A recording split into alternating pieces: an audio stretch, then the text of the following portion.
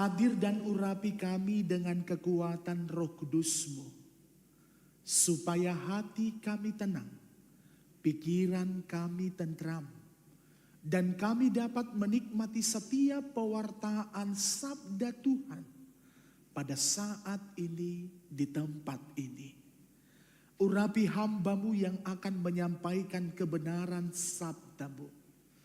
Pakai mulut bibir hamba-Mu untuk memperkatakan setiap pengajaran yang bersumber daripada-Mu saja. Bersabdalah Engkau Tuhan atas kami, karena kami siap untuk mendengar dan menerima kebenaran sabda-Mu. Di dalam nama Tuhan Yesus kami berdoa dan mengucap syukur. Amin. Shalom bagi kita semua. Bapak Ibu Saudara yang terkasih di dalam nama Tuhan Yesus, kebenaran firman Tuhan yang menjadi renungan dalam ibadah kita pada malam hari ini terambil dari kitab Habakuk pasal yang kedua, ayat yang pertama sampai ayat yang keempat. Saya akan baca dalam versi TB yang kedua. Demikian firman Tuhan. Orang benar akan hidup karena percaya. Aku akan berdiri di tempat penjagaanku dan bertahan di menara. Aku akan meninjau untuk melihat apa yang akan difirmankannya kepadaku dan apa yang akan dijawabnya terhadap pengaduanku.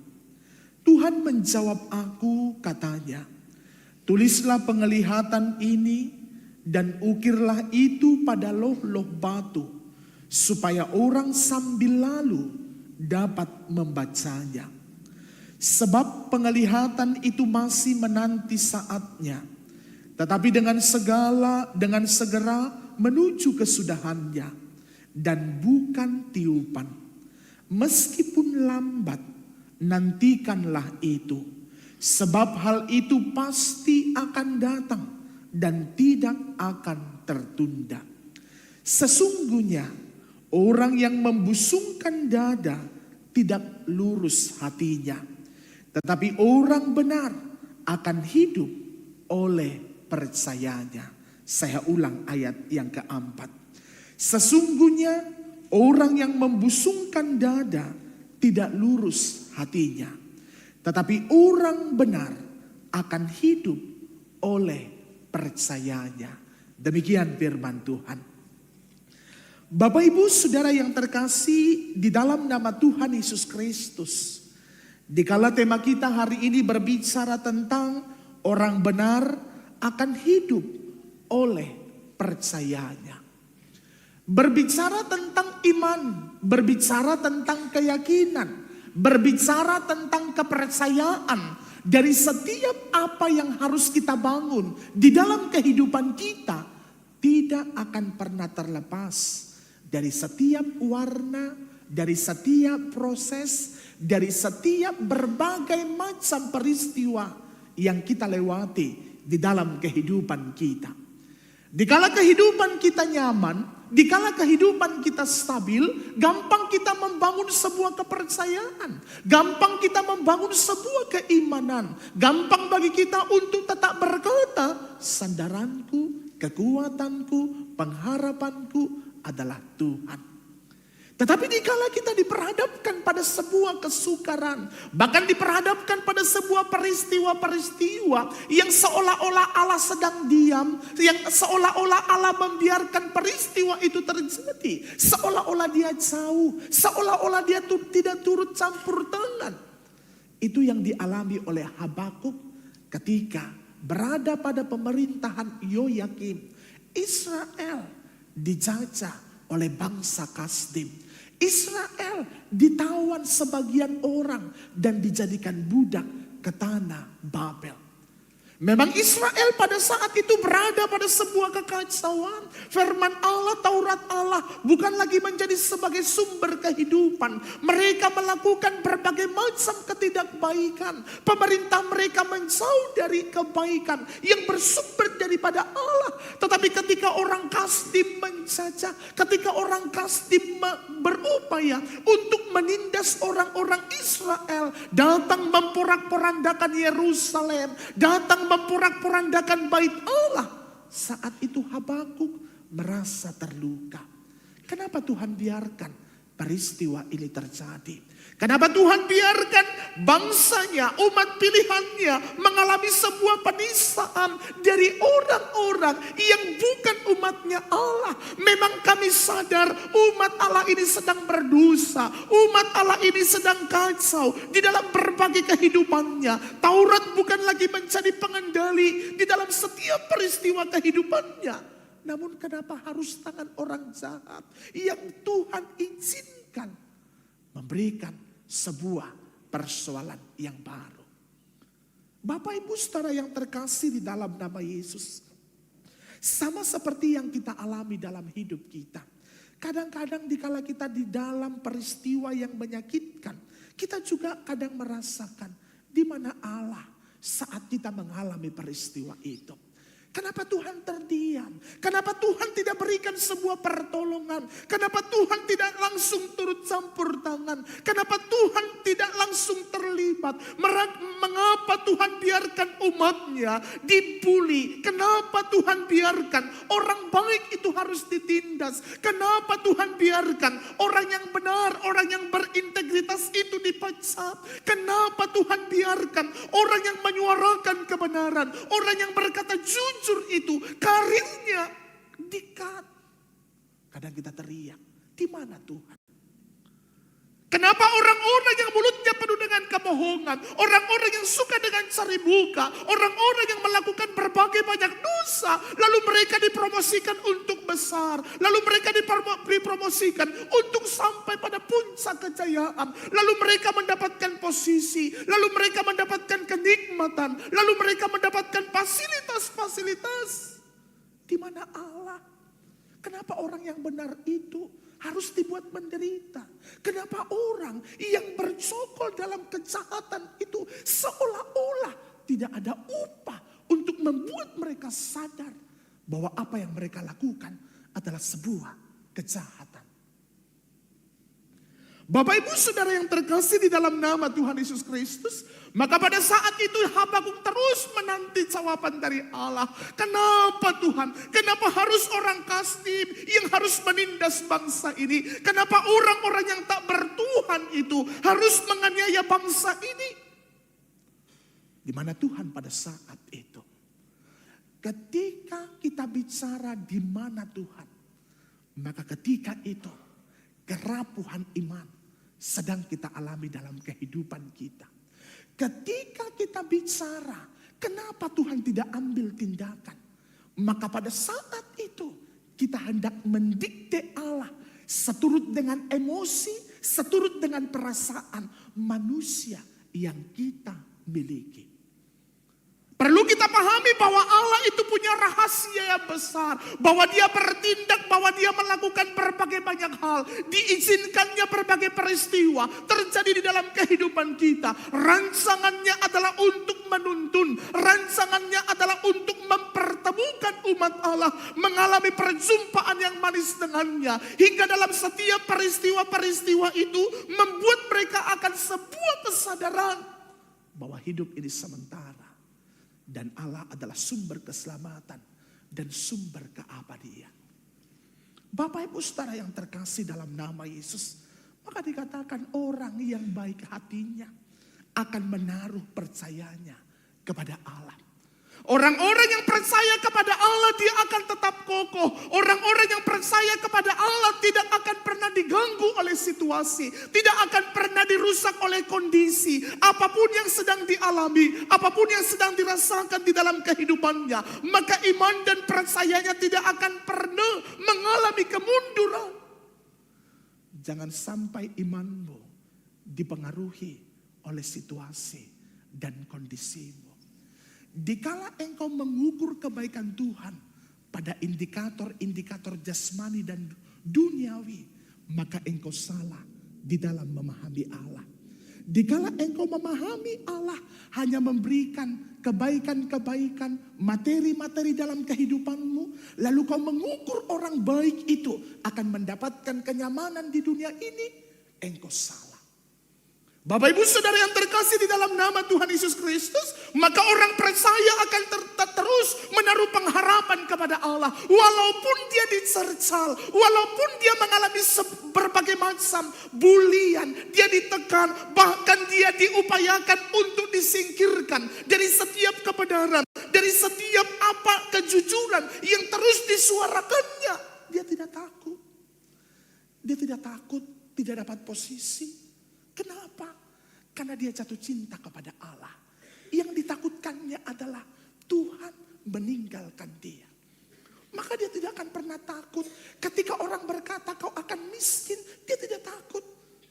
Karena miskin baginya hanya persoalan ketidakpunyaan.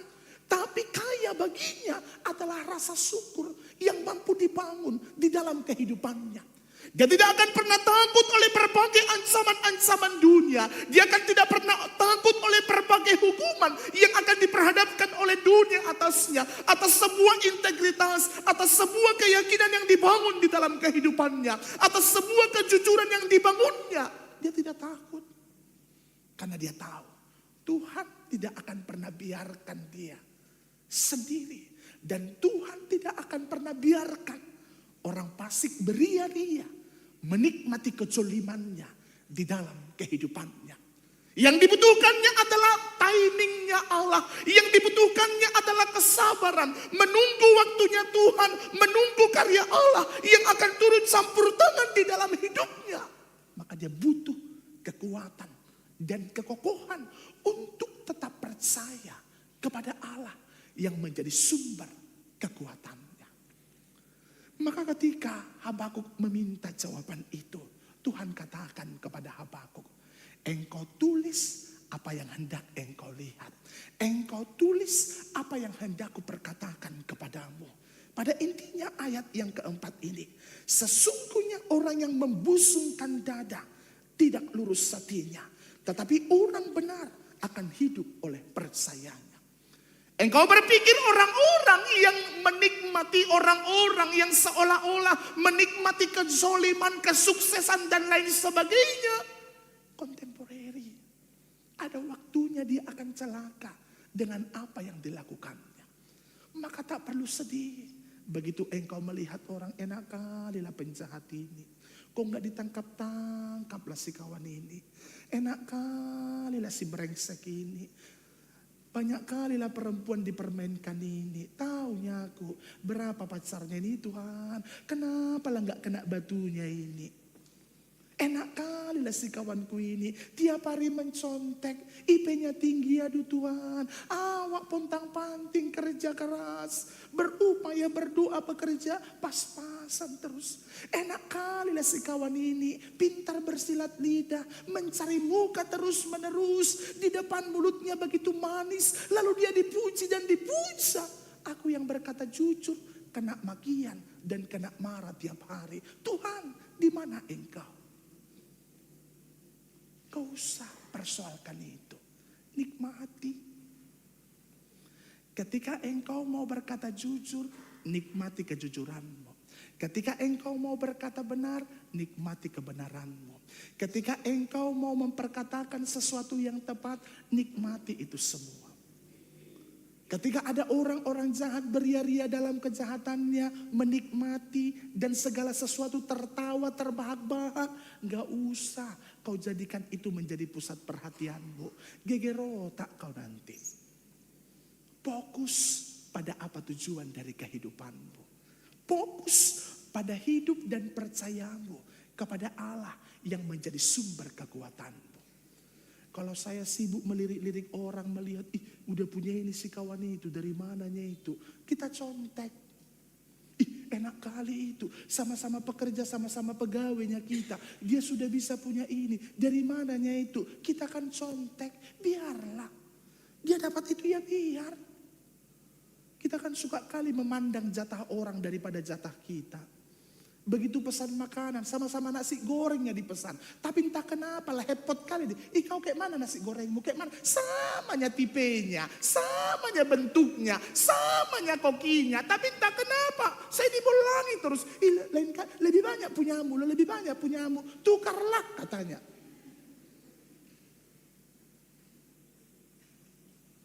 Coba fokus, maka punyamu akan menjadi sebuah kenikmatan. Bapak Ibu Saudara yang terkasih dalam nama Tuhan Yesus Kristus, orang yang hidup oleh percaya berarti dia tetap percaya kepada Allah dalam segala peristiwa yang terjadi dalam kehidupannya, untuk membuat dia semakin melekat, untuk membuat dia semakin terpikat kepada Allah. Maka setiap peristiwa, setiap proses yang Tuhan izinkan mewarnai kehidupannya tidak akan membuat dia gentar, tidak akan membuat dia menjauh dari Allah, tetapi membuat dia makin dekat. Saya selalu ceritakan cerita inspirasi. Arthur Ashe, petenis kulit hitam pertama yang menjebol turnamen Wimbledon, turnamen bergengsi dalam turnamen tenis. Tahun 78, si kulit hitam, papa mamanya kuli pabrik harian. Tapi dia punya cita-cita, ingin menjadi pemain tenis. Sampai mamanya bilang, tahu diri kau Arthur Ashe. Jadi pelari bolehlah, jadi angkat berat bolehlah, jadi petinju bolehlah, jadi pemain sepak bola boleh. Ini tenis, tenis itu miliknya ningrat, tenis itu miliknya orang-orang eksekutif. Tapi dia terus memiliki harapan untuk menjadi pemain tenis. Untuk menjadi pemain tenis dia dibully Bapak Ibu. Kribo, birong galot, bibir tebal katanya. Tapi dia tetap eksis, dia nggak pernah merusak kehidupannya dengan bully-bulian yang dikumandangkan atasnya. Begitu dia masuk mau berlatih, ketika dia itu pegang banyak orang tertawa, banyak orang mengejek, seolah-olah dia itu bukan manusia. Orang fokus pada kribonya, orang fokus pada bibir tebalnya, orang fokus pada kulitnya yang hitam gelap. Tapi dia tidak akan pernah runtuhkan kualitas hidupnya oleh sebuah bulian itu. Dengan manis dia bermain tenis. Dengan manis dia melatih. Gak geger otak dia. Walau orang bilang kulitmu hitam kali. Berdamai dia. Memang hitam kok. Gak marah dia. Hitam kali kau gak apa-apa. Memang hitam. Tapi kadang-kadang hidup kita rusak. Maka waktu SMP saya pernah jadi guru agama. Maka gak bertahan lama saya. Cepat-cepat saya resign. Pusing saya. Dikit-dikit berantam. Kenapa kau? Iya Pak, diketok kepalaku. Kenapa diketok kepalamu? Dia Pak mengecek-ngecek. Apa dibilang? Dibilang aku black katanya. Kulemparlah kepalanya katanya. Berkaca dulu kau di kaca itu kubilang. Kenapa berkaca? Berkaca dulu kau kubilang. Sebelum kau dapat nasihat. Berkaca dulu kau. Udah Pak, warna apa kulitmu? Hitam Pak. Bahasa Inggrisnya black. Lalu kenapa rusak jiwamu dibilang hitam? Tapi kalau dibilang putih kuning langsat, tampari dia aku bilang. Ini dibilang yang sebenarnya marah kau aku bilang. Memang benar saya bilang. Kulitmu gelap. Hitam. Memang hitam. Mau dibilang putih. Kalau orang bilang hitam, sadar. Dan gak perlu kau rusak hidupmu dengan itu. Tapi kalau orang bilang kau kuning langsat, perhatikan orang itu. Yang rabunnya, yang butanya, cek lagi dia. Lihat lagi sekali lagi, lihat dulu. Arthur Ashe menikmati, gak pernah rusak. Dia tidak pernah katakan, aku tidak mau lagi jadi pemain tenis. Kenapa? Ngeri kali pertemanan di situ. Kacau, rusak mentalku. Dia gak langsung update statusnya, hatiku pilu. Enggak. Dia tetap manis, langsung terus. Gak apa-apa, orang tertawa. Kadang-kadang servisannya itu batal, orang tertawa mengejek, tertawa merendahkan, dia raja, terus dia nikmati. Hingga suatu saat dia menjadi profesional. Negara bagian, antar negara bagian, dia pemenang. Maka utusan Amerika untuk turnamen Wimbledon adalah Arthur Ashe. Ketika dia menjadi pemenang, dia angkat itu Wimbledon. Semua mata dunia fokus padanya. Semua orang ngefans. Yang dulunya membuli, lalu menjadi ngefans. Orang berteriak, Arthur Ashe, kau tidak hanya menang di turnamen tenis, tapi kau menang menembus rasis dikala kulit hitam dianggap tidak kelasnya masuk dalam tenis. Engkau tembus itu, engkau adalah hero, engkau adalah patriot. Bapak Ibu Saudara yang terkasih, tapi dia tidak nikmati itu semua dalam waktu lama. Tahun 82, jantungnya mengalami persoalan. Dibawa ke rumah sakit ternama, dirawat oleh tim dokter ternama untuk melakukan operasi bypass. 6-12 jam dia harus dioperasi. Begitu dia dioperasi, dia butuh kantong darah yang banyak. 8 kantong darah masih ada stok. Untuk 4 kantong darah, operasi masih terus berproses. Maka dicari pendonor spontanitas. Ketika dimasukkan 4 kantong darah, operasi bisa terselesaikan dengan baik. Jadi masukkan ke dalam ruang khusus sampai dia pulih. Begitu dia pulih, dokter salam dia, Arthur Ashe selamat. Jantungmu sudah bisa memompa dengan baik. Penyumbatan yang 60% terselesaikan 58%. Tapi maaf, ada satu masalah di dalam dirimu. Apa itu, Dok? Kau positif terkena virus HIV dari donor darah yang dimasukkan ke dalam tubuhmu. Tahun 82, HIV penyakit yang menjijikan. Orang-orang yang terinfeksi HIV akan dikarantinakan. Maka dia juga akan dikarantinakan. Bayangkan hancurnya Arthur Ashe ketika dia tahu dia sakit oleh sebuah kelalaian. Ketika dia sakit bukan karena kesalahannya, ketika dia sakit oleh ulah orang lain. Coba kalau kita gitu. Aduh maaf dek, salah suntik tadi. Pengen kau gigit perawat itu kan? Pengen kau telan bulat-bulat dia. Pengen kau bakar rumah sakit itu. Apanya maksudmu? Iya, aturannya kau suntiknya ATS. Yang masuk suntik rabies, dek, katanya. Panggak geger otak kita. Pengen kita tampari orang itu. Apanya kau? Gimananya otakmu? Hati kita akan hancur. Pikiran kita akan bermasalah. Emosi kita tidak akan stabil. Arthur Ashe tenang. Dimasukkan ke karantina. Dipindahkan. Yang dulunya orang minta tanda tangan gak mau lagi mendekat. Yang dulunya orang mau foto-foto gak mau lagi foto-foto. Ketika dia tahu dia itu terinfeksi virus HIV. Booming. Media-media di Amerika publikasi Arthur Ashe terinfeksi HIV oleh karena pendonor spontanitas. Bapak Ibu Saudara yang terkasih dalam nama Tuhan Yesus Kristus, para fansnya pada saat itu merasa sedih. Ada banyak orang kirim surat kepada Arthur Ashe sebagai ungkapan empati, simpati, rasa sedih mereka. Mereka tuangkan dalam sebuah tulisan, di mana Tuhan ketika si pendonor kurang ajar itu datang? Di mana dokter yang profesional itu? Kenapa tidak dicek dulu? Kenapa tidak diperiksa dulu darahnya? Di mana? Kenapa bisa lalai seperti ini? Di mana kepintaran-kepintaran mereka dipakai? Kenapa mereka lengah? Kenapa Tuhan biarkan itu terjadi? Kenapa tidak Tuhan biarkan si koruptor itu yang salah suntik? Coba kalau koruptor salah suntik.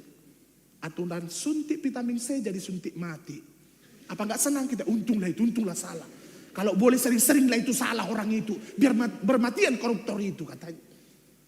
Tiba-tiba begal yang mematikan 8 orang. Salah suntik oleh medis. Yang harusnya nerobion, rupanya yang disuntikkan itu adalah suntik untuk kucing. Apa gak senang kita? Maunya orang jahat cepat-cepat mati. Kalau boleh orang baik, hidupnya tetap berada pada kebaikan. Tapi tidak seperti itu yang diizinkan Tuhan di tengah dunia ini. Tidak seperti itu. Kita kan senang kali kalau begal ditangkap, ditampari, ada copet disiram, ditampari, dibotak. Puas sekali hati kita. Pengen kita ikutan menampar. Kalaupun tak ikut menampar, lanjut. Kau nggak kau tampat? Enggak, udahlah lempar katanya. Kan 3 hari yang lalu dompetmu hilang katanya. Entah itunya itu katanya. Ada yang berani mereda? Berhenti, jangan main hakim sendiri. Atau kita bilang, jangan main hakim sendiri. Nggak usah, jangan, polisi. Dikala polisi datang menyelamatkan dan tidak diapa-apai lalu dibebaskan, geger otak tidak. Geger otak kita kan, geger otak. Udahlah, nggak usah lagi dibawa ke polisi. Kita hajar aja orang itu.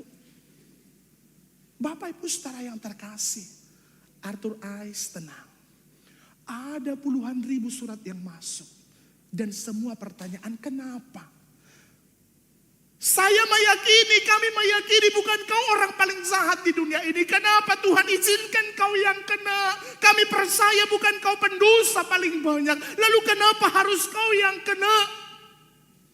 Lalu Arthur Ais dijawab.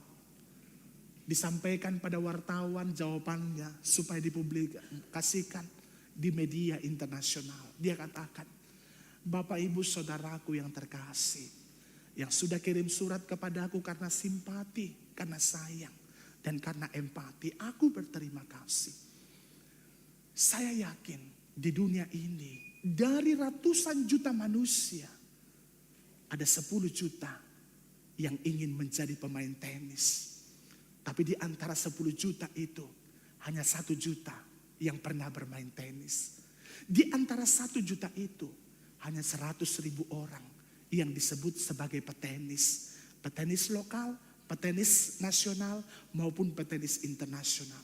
Di antara 100.000 orang itu, hanya 100 orang yang pernah mengikuti turnamen Wimbledon. Di antara 100 yang ikut penyisihan turnamen Wimbledon, hanya 32 orang yang masuk turnamen Wimbledon.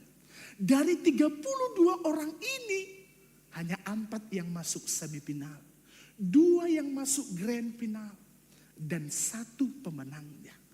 Akulah itu Arthur Ais, dan mengangkat piala Wimbledon di tahun 78. Ketika aku mengangkat piala itu, gak pernah aku bertanya kepada Tuhan, kenapa harus aku yang menjadi pemenang?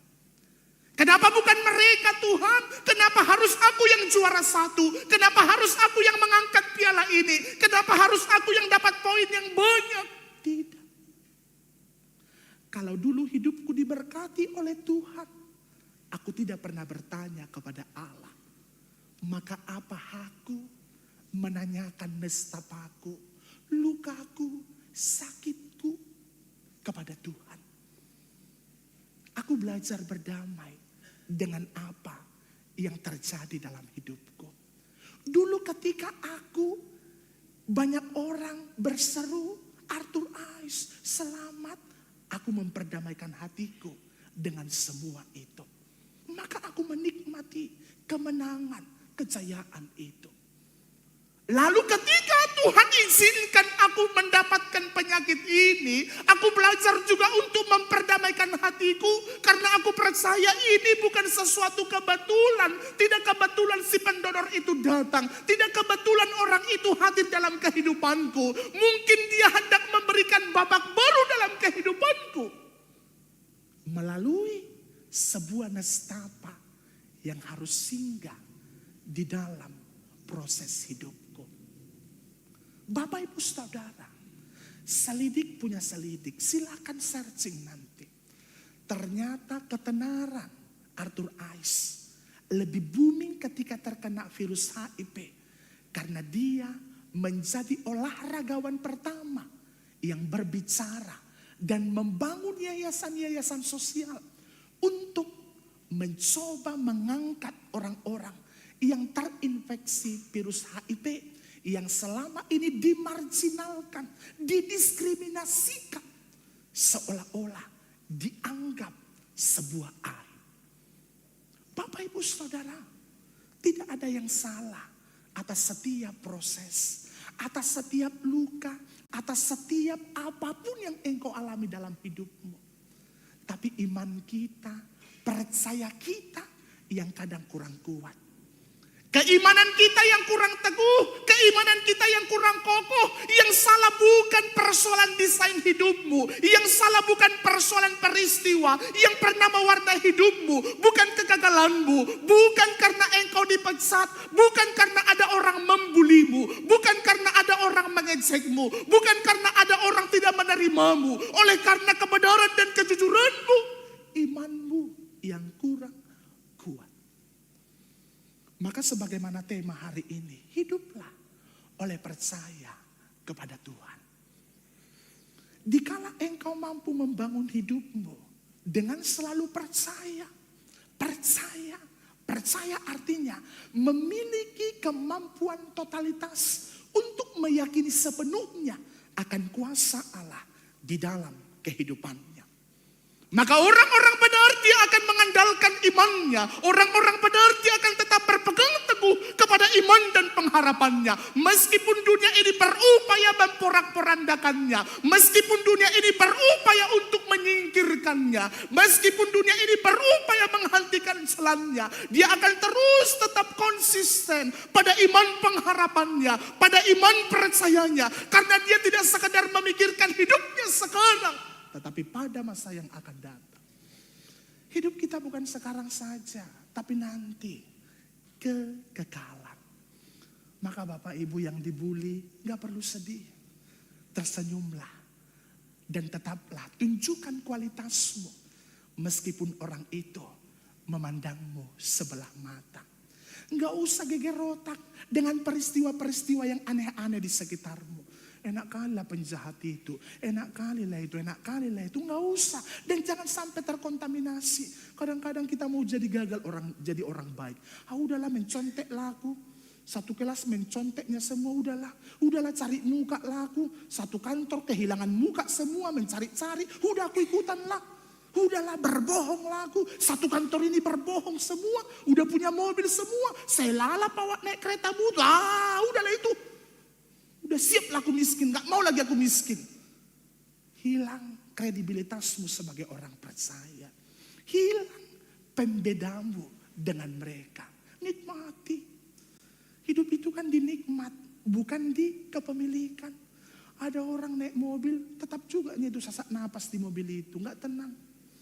Ada orang naik kereta butut, suaranya kencang, nikmat kali. Tenang, gerimis, badai dinikmati. Seolah-olah itu menjadi terapi bagi wajah dan jerawatnya yang lagi merah-merah itu. Kena-kena dia terapi, cocok ini terapi katanya.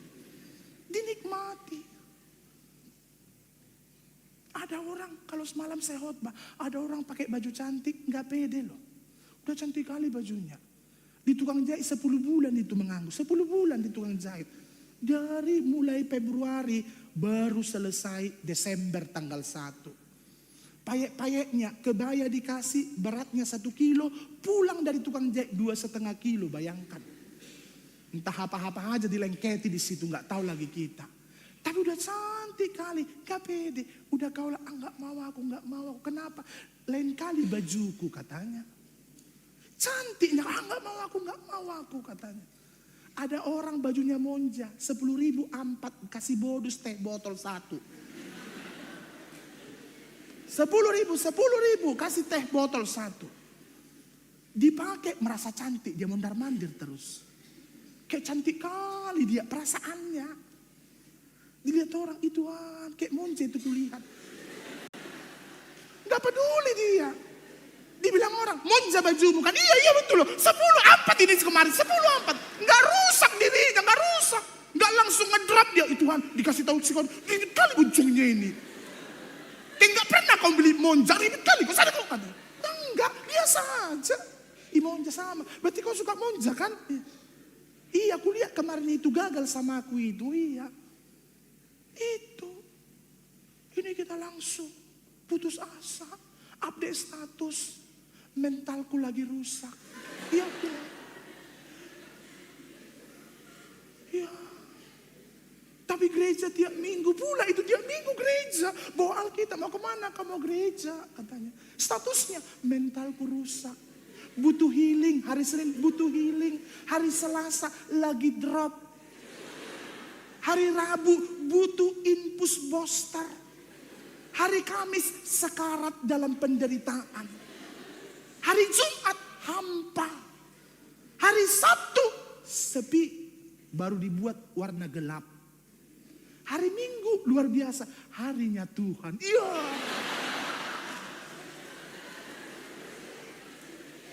Tapi Senin sampai Sabtu nggak tahu bagaimana statusnya. Tiba-tiba percaya diri pula itu harinya Tuhan katanya. Jangan ya dek, jangan. Harus tetap tenang. Saya rindu pulang dari tempat ini, kita stabil semua. Hidup oleh percaya. Aku di kantor Pak Pendeta, kadang-kadang ditekan. Aku kadang punya kesempatan untuk dipromosikan. Tapi tidak diberi kesempatan itu. Tapi aku tenang Pak Pendeta. Aku nikmati semua proses itu. Hari ini saya katakan, berbahagialah engkau dalam segala apa yang kau lakukan. Aku Pak Pendeta, temanku satu kelas mencontek semua. Tapi karena gak kuat imanku, ku contek juga. Bertobat kau, bertobat. Hiduplah oleh iman percayamu. Maka dunia tidak akan pernah bisa mendiktemu. Maka dunia tidak akan pernah bisa menghentikan imanmu kepada Tuhan. Tuhan Yesus memberkati. Kita berdoa. Ampuni kami dalam setiap kerapuhan dan keterbatasan kami. Hingga kami seolah lebih bijaksana dibandingkan Allah. Dalam menyelesaikan setiap peristiwa-peristiwa yang terjadi di dalam hidup kami. Kami didominasi oleh emosi. Kadang kami berharap orang fasik langsung celaka. Orang jahat langsung mendapatkan hukuman. Tapi sebaliknya, yang kami lihat, yang terus mewarnai kehidupan ini. Kadang orang jahat beria-ria dan menikmati segala fasilitas hidup dalam segala kejahatan, kekotoran yang mereka lakukan. Kadang-kadang orang fasik sampai pada puncak tertinggi, pada jabatan, pada pencapaian-pencapaian mereka. Sedangkan orang-orang benar terintimidasi, kadang dibuli, dianggap aneh. Bahkan mereka kadang-kadang dikat perjalanan hidupnya. Tapi hari ini Tuhan ingatkan kami dengan sapaan sabda Tuhan yang membuat kami tersadar bahwa kami harus hidup dalam iman yang benar. Kami harus tetap percaya kepada Allah. Meskipun situasi dunia ini tidak baik, tapi kebaikan-Mu akan tetap terasa di dalam kehidupan kami. Dan kebenaran terus menjadi sebuah identitas yang akan kami pertunjukkan atas dunia ini. Karena kami tidak hanya sekedar memikirkan hidup di dunia. Karena goal kami adalah hidup abadi bersama dengan Tuhan. Biarlah kami pulang dari tempat ini memperoleh oleh-oleh kebenaran sabda Tuhan. Yang membuat kami tegak berdiri, tegak lurus dalam setiap ketetapan-ketetapan sabda Tuhan. Dan kami tidak akan pernah mencemarkan diri kami dari setiap pengaruh-pengaruh yang ada di dunia ini. Tolong bantu kami dengan kekuatan Roh Kudus. Supaya kami dapat mempertunjukkan jati diri kami sebagai pengikut Kristus. Dalam nama Yesus kami berdoa. Kita bersama-sama mengatakan amin.